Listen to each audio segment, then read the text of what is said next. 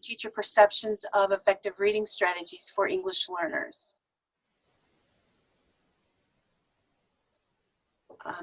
The research problem is that teaching reading to English learners is different than teaching native English speakers. There's a whole bunch of stuff going on in English learners' brains. You know, they've got different phonemes, different grammar structures, sentence structures, so they've got to sort all of that out at once. And so it is different to teach reading to English speakers than it is for English learners. And so teachers really need to keep that in mind, the differences between the two when they're deciding which strategies they're going to be using. We don't, as ESL teachers, we only have our kids for about an hour a day. So everything we use has to be effective. We really don't have a lot of time to waste. Classroom teachers are the ones that are spending the most time with ELs. So they really have to have a good arsenal of strategies. I based my theoretical framework on Stephen Krashen. He's kind of a guru in language acquisition circles. He had 5 hypotheses, but I focused on number 1, acquisition learning hypothesis. And he says that there are 2 ways that language develops, by acquiring it and by learning it through direct instruction. So acquisition, he says, is more like when you're talking in the hallways, just listening to TV, picking it up from reading and that sort of thing. I also used Jim Cummins' theory of Bix and Qual. And Bix is social language, like in the iceberg. It's just you only need a few words. You know, a lot of students can get by with 500 vocabulary words and be quite fluent in social language. But academic language is a whole nother thing. And it's that whole bottom of the iceberg, the language of textbooks and classroom instruction. Research is showing that social language takes 1 to 3 years to develop. Academic language 5 to 7, and now research is even coming in that it might take up to 10 years to develop academic language. So what we're doing in the classroom has to go towards that academic language piece.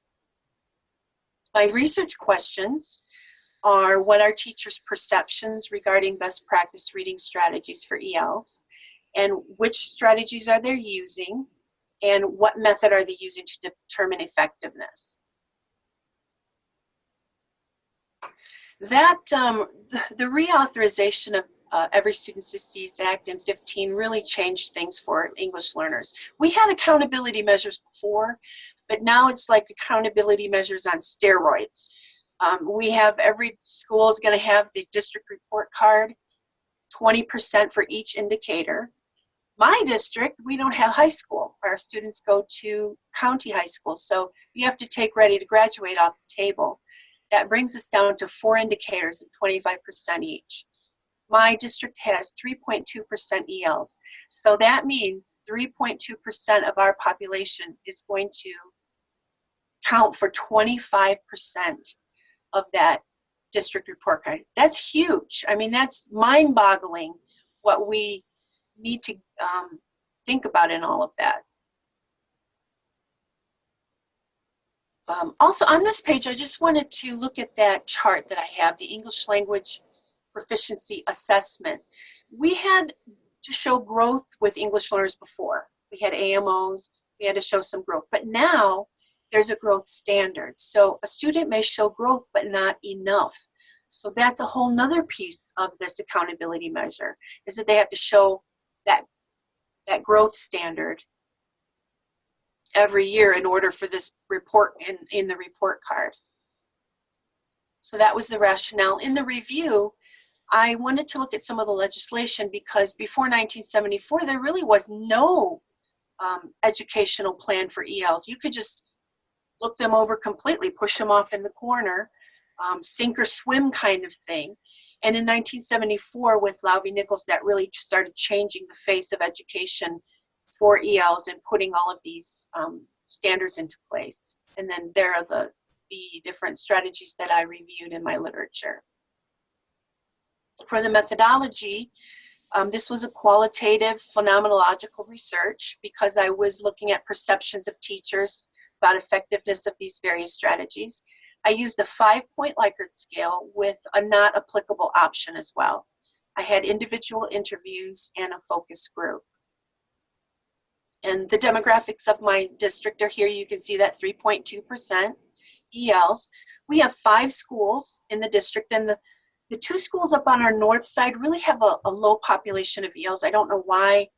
They're not living in that area. So I chose the 3 schools with the highest population, and that was a possible sampling of 83 teachers. It went down from there because I did ask, this slide, I did ask for teachers that had at least 2 years experience to respond, and 30 teachers responded. It was a 36% return. They rated those 10 strategies on a 5-point scale. For the interviews, I chose 6 teachers, 2 from each school, and I had the same 4 base questions that we asked in each interview, and then it went from there. I've known these teachers for years. We're very comfortable with each other, so it was more like a conversation back and forth. So the questions, those 4 base questions, didn't always come in the same order, but we came around to those and really went back and forth expounding on each other's comments and things. The focus group, I had invited 7 teachers and 4 came. So 2 of the teachers were 2 that were interviewed for the individual interviews. And the way I started that was, excuse me, I had the chart with the survey questions, all the percentages in there, and I put that up on the screen. And we started our conversation by looking at the percentages of teachers voting for effectiveness, and we talked about what surprised us and what didn't surprise us. And then I had the same 4 questions in the focus group that I did in the interview. I had 3 types of coding: open coding, which was helped me to take that raw data and start finding some different categories and themes. The axial coding narrowed that down even further. And then my selective coding answered the research question. Throughout the data collection process, I used member checks.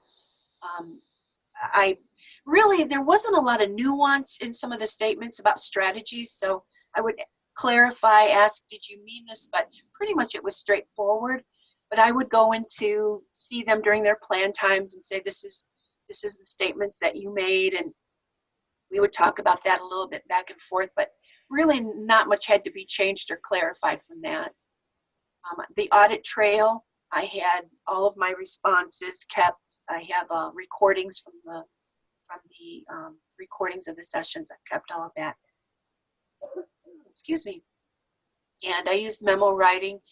I think I said I put a journal, but I had a clipboard with notebook paper, and I just wrote all of my questions and things down. Follow-up questions, things like that. We had feedback back and forth. The peer debriefer was a principal from one of my schools, and she really helped me out a lot. I would go into her office quite a bit and show her what I was doing and the data that I had, and we would go back and forth. Sometimes I just had to talk it out, and it would make sense in my head, and then other times she would point me in a direction and help me figure some things out. So she was a really big help. I had, I'm sorry. I had my IRB permission before I started collecting data. The informed consent went out in the email for the Likert scale, and also each interviewee and focus group participant had the informed consent.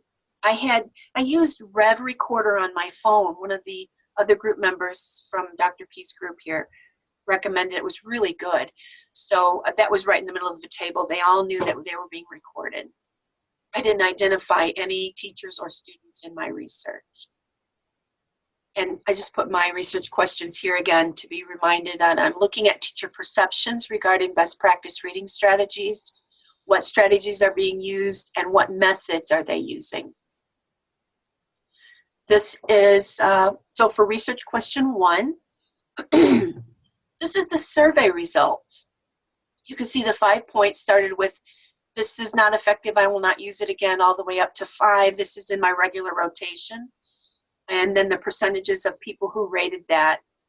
What surprised me was nobody rated any of the strategies a 1. Nobody said, I will not use this again, which means to me that every single one of these strategies has merit of some kind. You may not use it all the time, but they're not ruling anything out. They're not saying, I kind of expected explicit grammar instruction to get a couple of 1s, but nobody ruled it out. Maybe even extensive free reading, there's a little controversy on that, but nobody said they would never use that. So I was kind of surprised by that. Then this is the not applicable. I just kind of disaggregated these responses out a little bit. For the comments, I only asked for them to put a Y for yes, I would try, or an N for no, I would not try, or question. 2 of the strategies, or 2 people wrote a comment, both on extensive free reading. And the person with the long comment there said that studies show that independent reading is, what she's saying is, it's not good just by itself. There needs to be some kind of accountability. And I know that a lot of students have been spotted in free reading sleeping, or just turning the pages, and so it's really not an effective strategy if it's being used like that. But if some sort of accountability is in place, this teacher is saying that she would use it, or he. This chart is the culmination of research question 1. The raw data are the statements that I took from the recordings, and then the open coding, I was able to categorize them down into the different strategies. In the survey results, there were 6 strategies that emerged as the top strategies. Through the interview and focus group, 5 strategies emerged as the top strategies.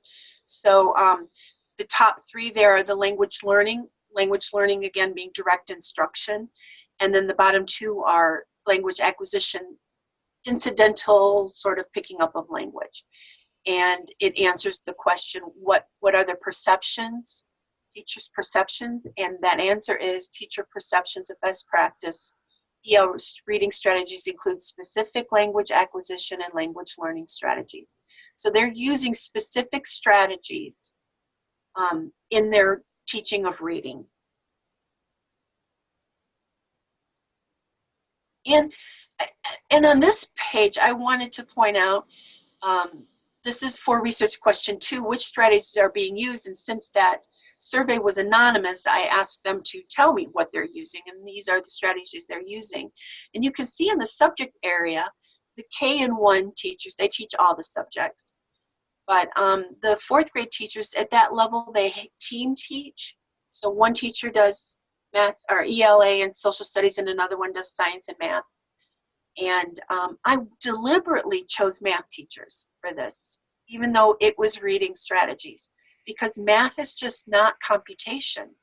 There is not just the story problems anymore. I've been pushing in to math with the 4th grade students, and they're doing Eureka Math this year. Our district incorporated Eureka Math.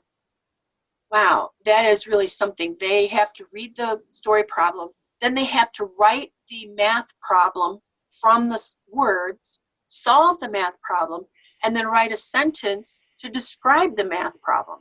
So math teachers are teaching reading too, and writing. So I wanted to see how they were using these different strategies in their math and science classes.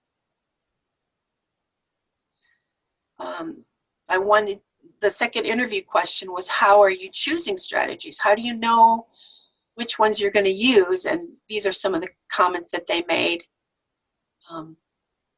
What this is showing me is that they are, even though most of these teachers do not have language acquisition pedagogy training, they're highly qualified teachers, and they're using their experience to teach students of all different backgrounds, and they're making some really great decisions based on their experience. And here's the culmination for research question 2. What methods are they using? I took their statements and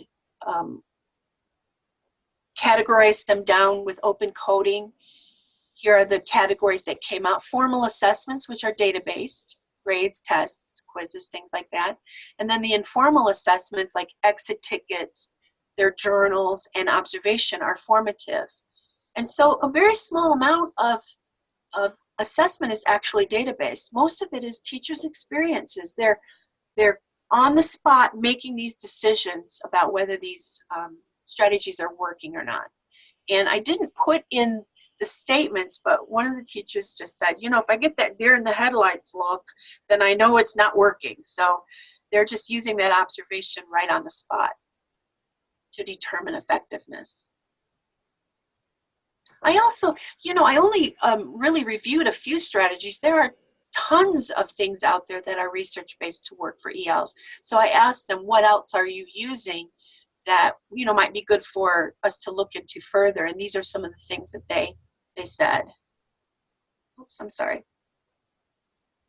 So for my conclusions,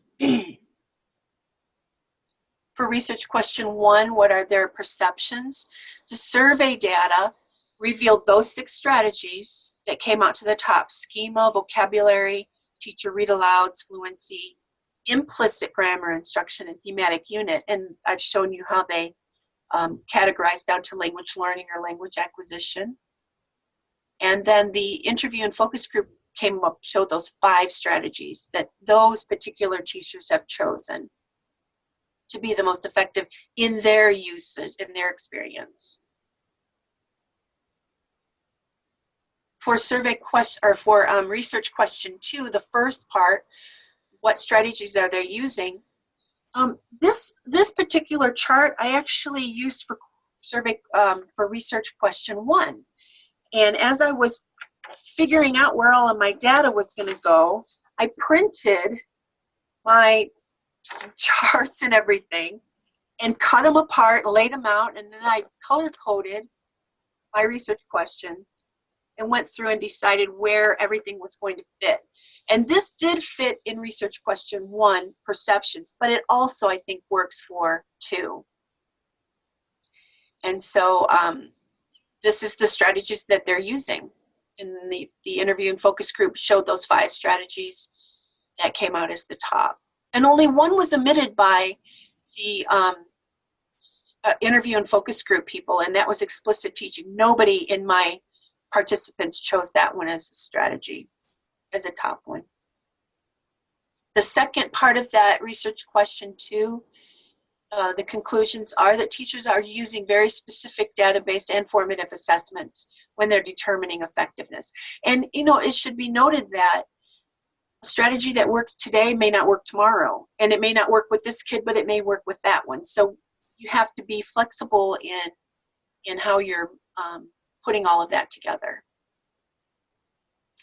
The implications of the study are the U.S. Department of Education is saying that ELs are among the fastest growing population in the U.S., and we've seen that in Tennessee.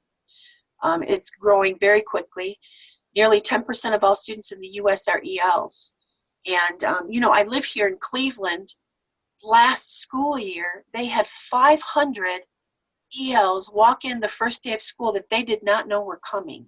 So we've got to be ready because they may be coming. Even though I've got 3.2% now, that could really grow. Another implication is that these are best practices, not just for ELs, but for all learners. You don't have to take the ELs and stick them in the corner and give them this little strategy. These strategies work for all kids, that, especially those low literacy, even English only students. And so teachers really have to have the knowledge of second language acquisition, the pedagogy, some of the theory, and they need to know about BICS and CALP. My recommendations after completing this study are to provide general education teachers with an arsenal of research-based effective strategies for ELs. As the ESL coordinator in my district, I'm doing 4 PLCs a year with all of the grade levels.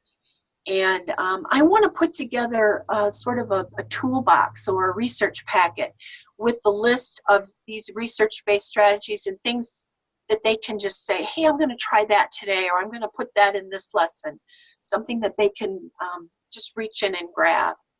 I also want to look at those 10 strategies that the teacher suggested to me, but there are a lot more as well. Moving forward, as I'm developing my PLC plans for next year, I'm going to look at more language acquisition theory. I want to, you know, the state or the government is saying that we have to train all teachers in WIDA standards and in EL pedagogy, whether they've got EL students or not. So moving forward, I want to bring some of that in. And I want to do more collaborative opportunities where that interview and the focus group experience was really good. And we really were talking and throwing ideas back and forth. And I'd like to do more of that with the teachers. And maybe even some collaborative plan time where we can work on putting some language objectives and WIDA standards into the plans. So the summary, I had research-based reading strategies for English learners, looked at the teachers' perceptions. I looked at the strategies that they are using and the methods that they're using to determine whether they're effective or not.